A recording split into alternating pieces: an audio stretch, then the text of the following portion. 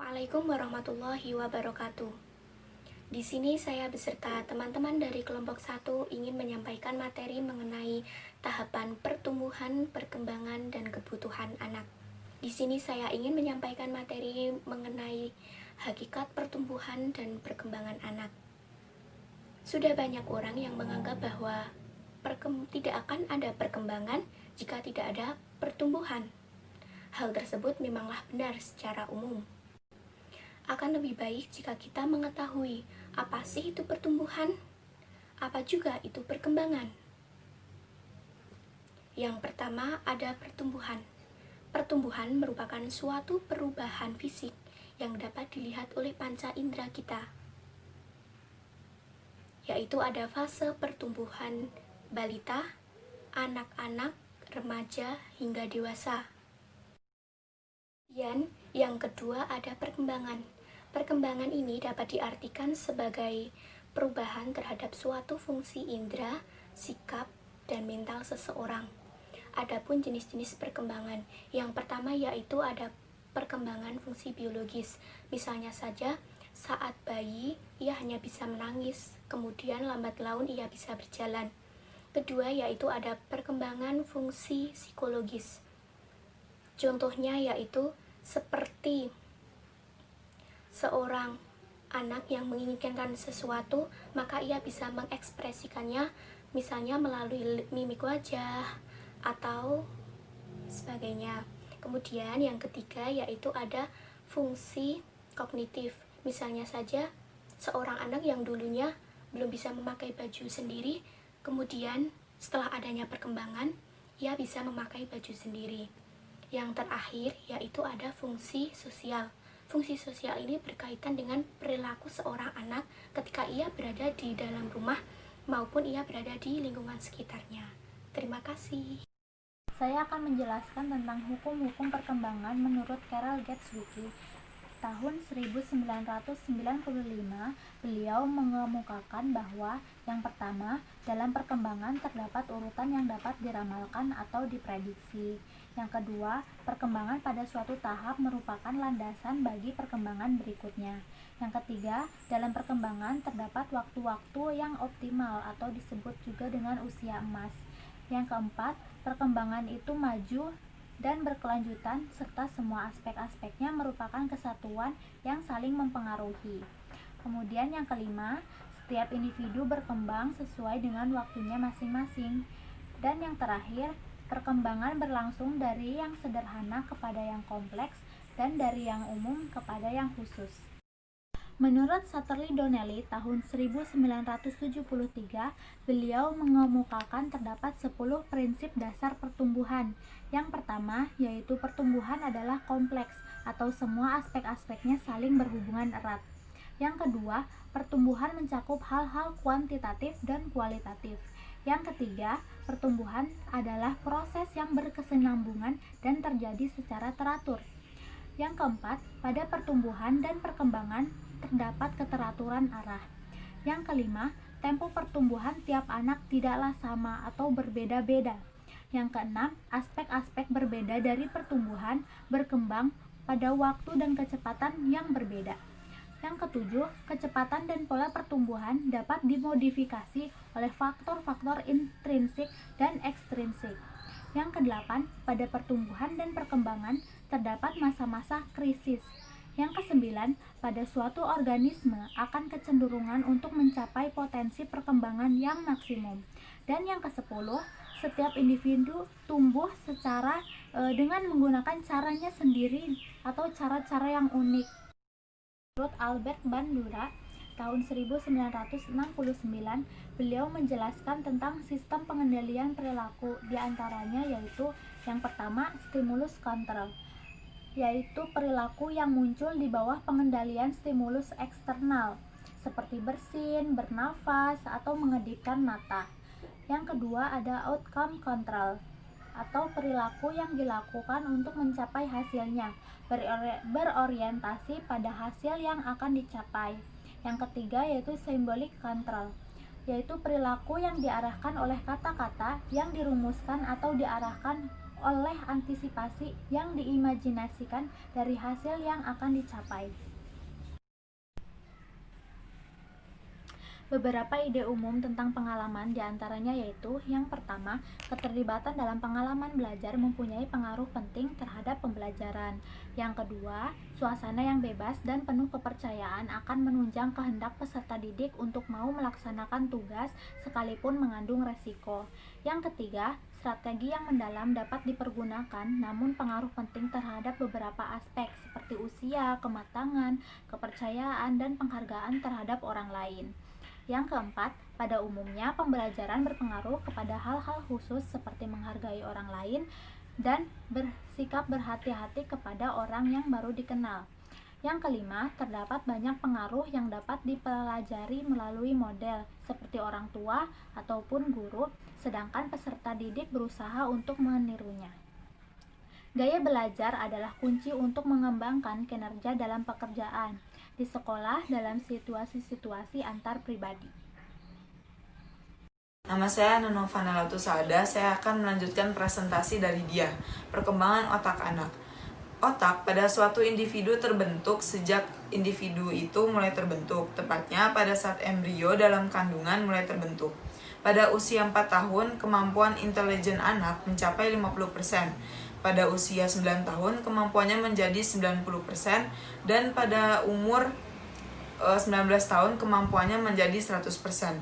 1. Anatomi otak anak.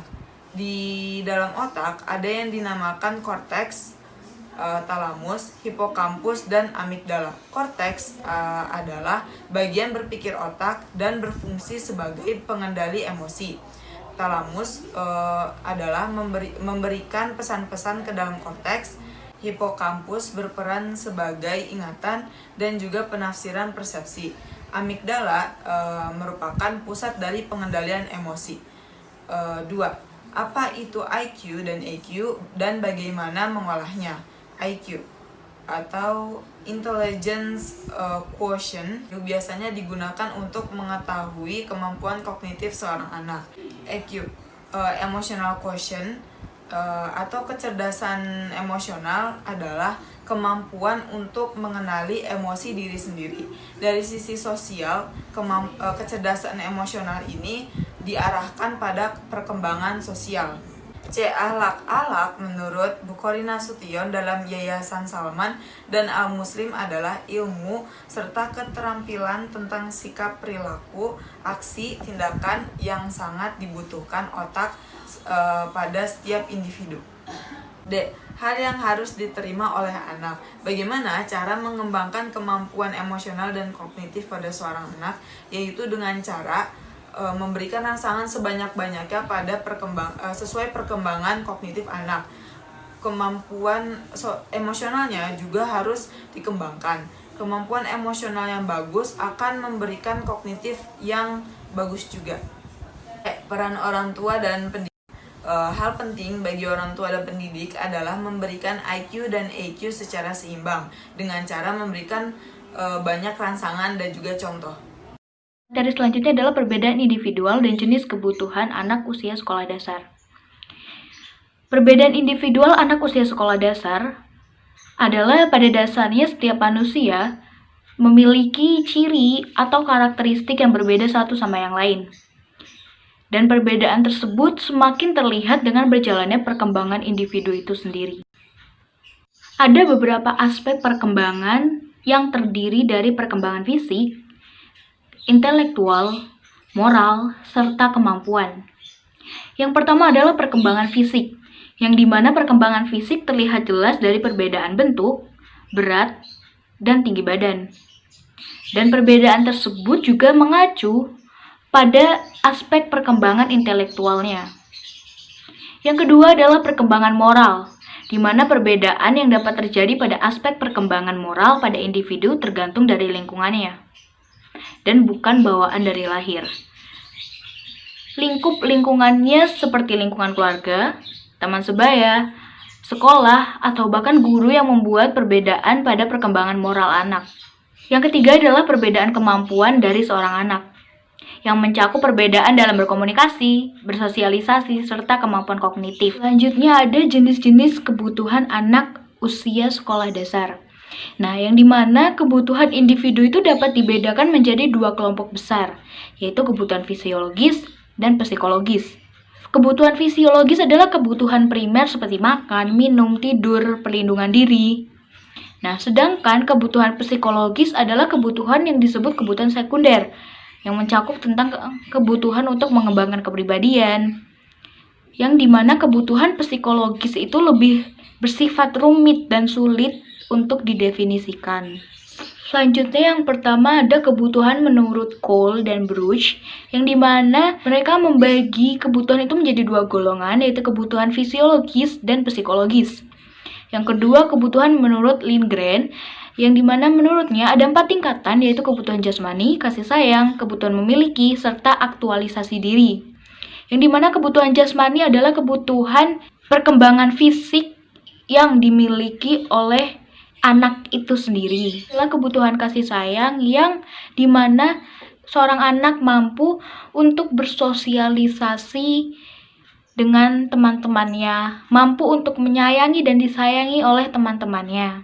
Kebutuhan untuk memiliki sendiri adalah kebutuhan yang dimana dorongan dari seorang guru yang positif tentang bagaimana membentuk kelompok yang dapat bermanfaat. Aktualisasi diri adalah kebutuhan berprestasi atau need for achievement, karena seorang anak dia sudah timbul keinginan untuk menjadi yang terbaik dengan berusaha semaksimal mungkin untuk mencapai prestasi.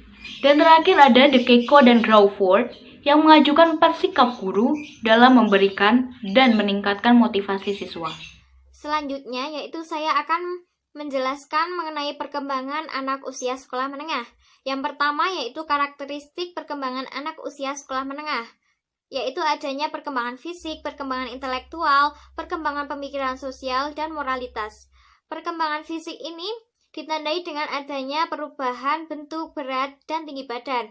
Yang kedua yaitu perubahan intelektual, ini ditandai dengan berkembangnya kemampuan berpikir formal operasional.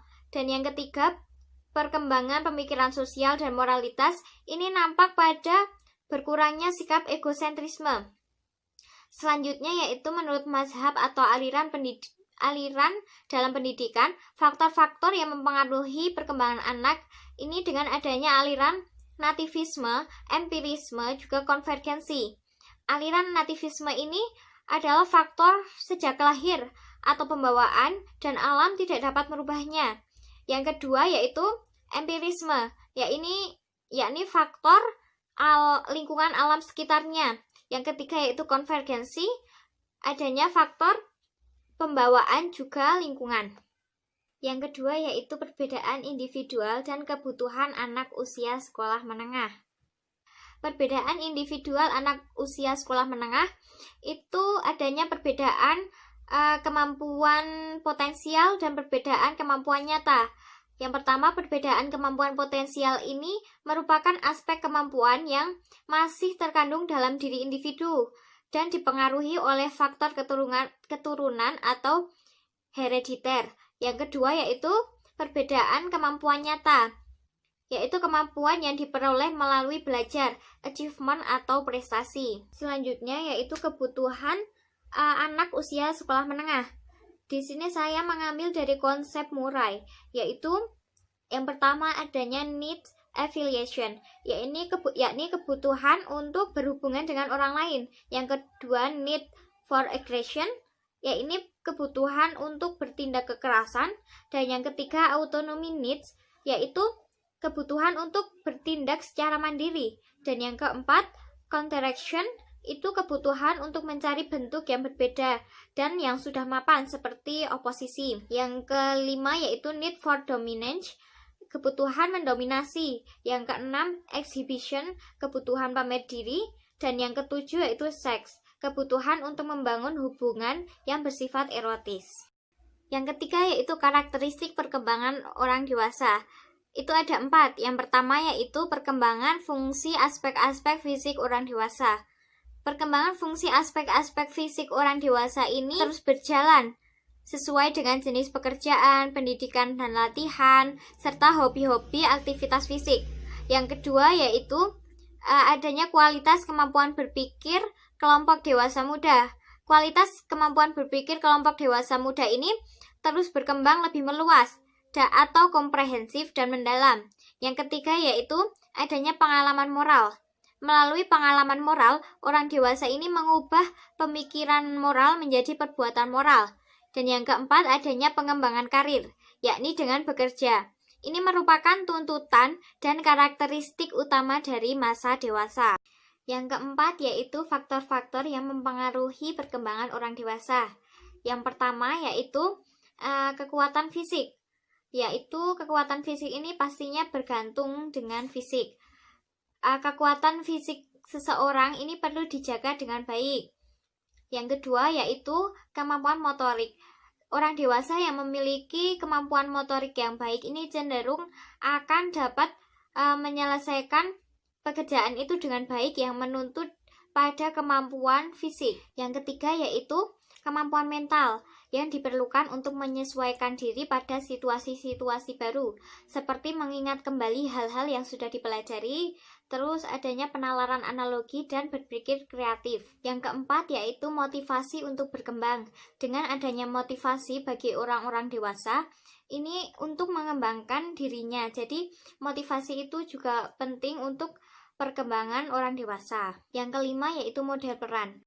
Pastinya setiap orang itu memiliki model peran yang berbeda-beda. Jadi ketika orang dewasa berinteraksi dengan orang dewasa lain, ini akan mempunyai model peran untuk diteladani karena berinteraksi dengan orang dewasa lainnya ini mereka akan memperoleh motivasi untuk mencontoh perilaku sesuai dengan ketentuan-ketentuan yang dianut oleh masyarakat orang dewasa. Selanjutnya yaitu faktor-faktor yang mempengaruhi perkembangan orang dewasa menurut aliran-aliran. Yang pertama yaitu aliran nativisme. Perkembangan orang dewasa ini ditentukan oleh faktor yang dibawa sejak lahir, pembawaan atau hereditas.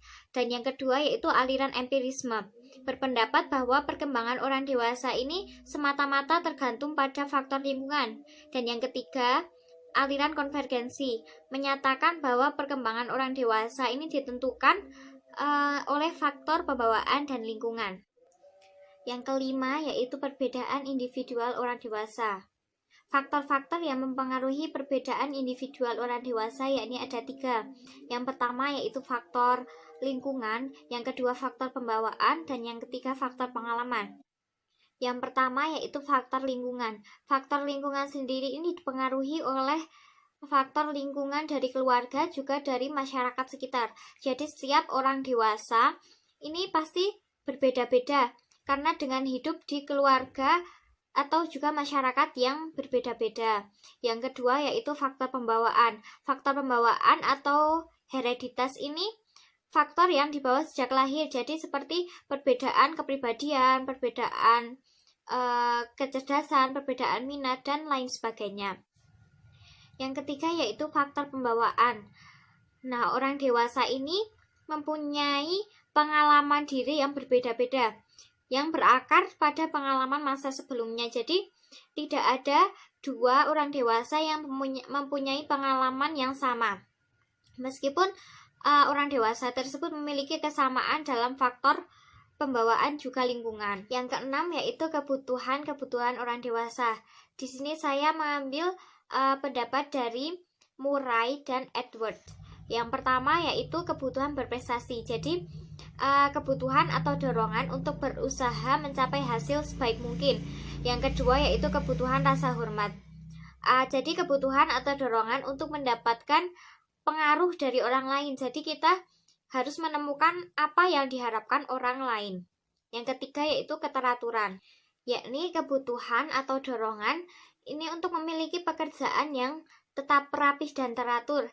Jadi dengan membuat rencana sebelumnya atau menunjukkan keteraturan dalam berbagai hal. Yang keempat yaitu kebutuhan memperlihatkan diri. Jadi kebutuhan atau dorongan memperlihatkan diri ini agar menjadi pusat perhatian orang. Yang kelima yaitu kebutuhan otonomi. Jadi kebutuhan otonomi ini adalah kebutuhan atau dorongan untuk menyatakan kebebasan diri untuk berbuat apapun atau mengatakan apapun. Jadi seperti haknya diri sendiri. Yang keenam yaitu kebutuhan afiliasi, yakni kebutuhan atau dorongan untuk setia kawan. Jadi seperti berpartisipasi dalam kelompok teman, intinya yang berhubungan dengan orang lain atau teman. Yang ketujuh yaitu kebutuhan intrasepsi, kebutuhan atau dorongan untuk menganalisis motif dan perasaan yang ada pada diri sendiri. Yang kedelapan yaitu kebutuhan berlindung, yakni kebutuhan atau dorongan untuk mengharapkan bantuan orang lain apabila dalam kesulitan. Yang kesembilan yaitu kebutuhan dominan. Kebutuhan dominan adalah kebutuhan atau dorongan itu seperti mendominasi. Jadi adanya sifat sebagai seorang pemimpin pada diri sendiri, juga ada seperti seorang yang biasa saja. Yang ke-10 yaitu kebutuhan merendah, yakni kebutuhan atau dorongan untuk merasa bersalah apabila berbuat keliru, juga seperti menerima cercaan atau celaan dari orang lain seperti itu. Jadi bersifat merendahkan diri sendiri. Yang ke-11 yaitu kebutuhan memberi bantuan. Jadi kebutuhan atau dorongan untuk senang menolong orang lain yang dalam keadaan sulit, membantu yang kurang beruntung dan lain sebagainya.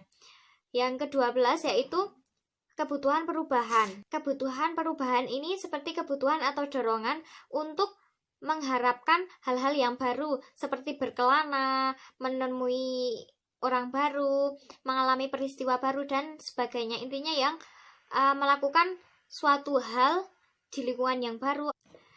Yang ke-13 yaitu kebutuhan ketekunan. Jadi kebutuhan atau dorongan untuk terpaku pada suatu pekerjaan hingga selesai, hingga mencapai tujuan yang diharapkan. Yang ke-14 yaitu kebutuhan heteroseksual, yakni kebutuhan atau dorongan ini melibatkan diri dalam kegiatan dengan kelompok yang berlawan jenis. Yang terakhir yaitu kebutuhan agresi, yakni kebutuhan atau dorongan bersifat untuk menyerang orang lain, begitu. Ya, di sini saya akan menjelaskan mengenai implikasi karakter peserta didik terhadap penyelenggaraan pendidikan. Implikasi karakter peserta didik ini dibagi menjadi 3. Yang pertama adalah pendidikan anak usia SD, dan yang kedua adalah pendidikan anak usia sekolah menengah, dan yang terakhir adalah pendidikan bagi orang dewasa. Yang pertama pendidikan anak usia SD. Di sini anak usia SD masih senang-senangnya atau bermain dengan temannya sebayanya untuk merasakan sesuatu secara langsung. Maka dari itu hendaknya guru memberikan pembelajaran yang mengandung sifat permainan. Tugas perkembangan anak usia SD ini sendiri adalah yang pertama belajar membaca, menulis dan menghitung. Di saat usia SD anak tersebut harus sudah dapat membaca, menulis dan menghitung agar di jenjang berikutnya mereka tidak kesulitan. Yang kedua adalah belajar bergaul dan bekerja dalam kelompok. Di usia SD ini mereka harus belajar bergaul dengan teman sebayanya, tidak menyendiri, dan dapat bekerja dalam kelompok. Misalnya sudah memahami atau sering menjalankan kerja kelompok yang diberikan tugas oleh gurunya. Yang ketiga adalah mengembangkan kata hati, moral, dan nilai-nilai.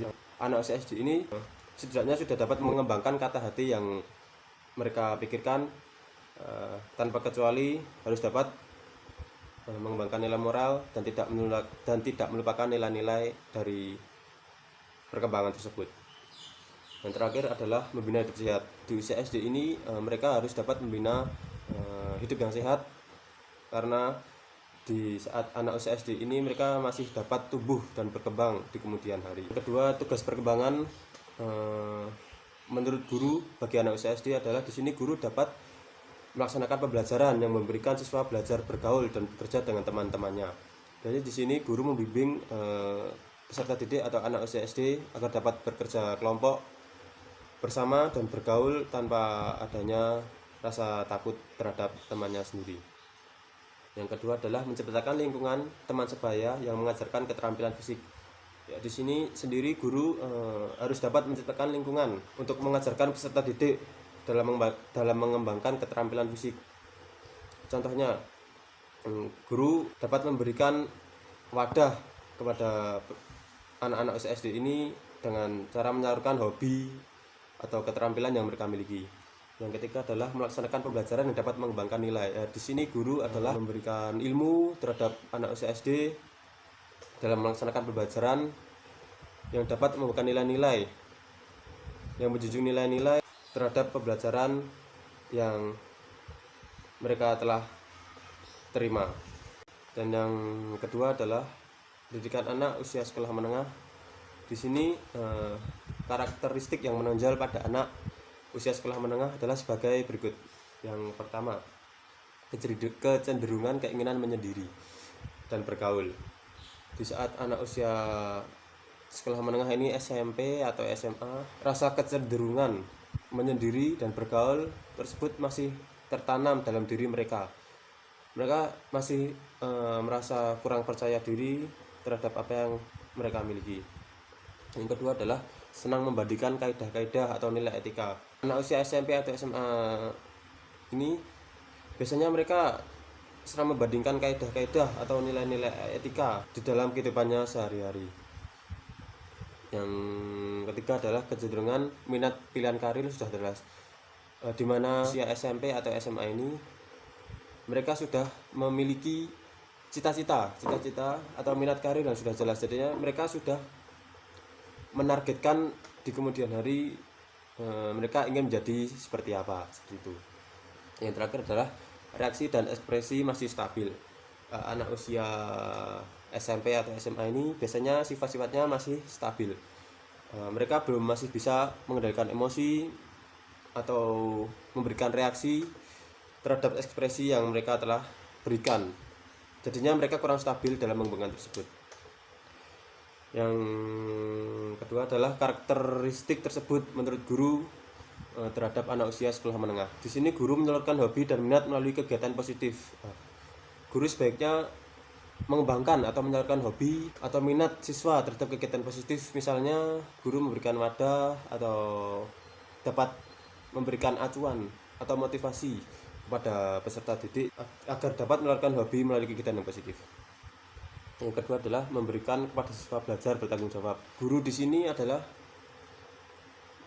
memberikan tugas kepada siswa pada usianya yang sudah beranjak dewasa agar dapat menekankan rasa bertanggung jawab terhadap dirinya sendiri dan apa yang telah mereka lakukan.